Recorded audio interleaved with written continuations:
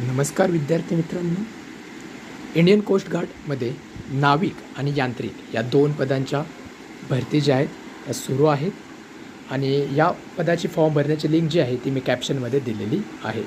तर मित्रांनो बघा, 14 जूनपासून फॉर्म भरण्यास सुरुवात झालेली आहे. एकूण पदे 320 आहेत. भारतीय तटरक्षक दल म्हणजे इंडियन कोस्ट गार्डमध्येच मित्रांनो कोस्ट गार्ड नाविक म्हणजे जनरल ड्युटीचे जे सेलर असतात त्या पदाची ही भरती आहे.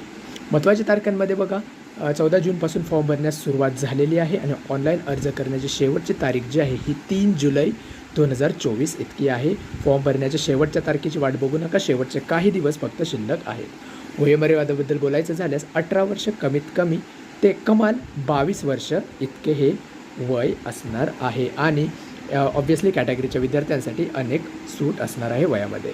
त्यानंतर जर बघायचं झालं तर पात्र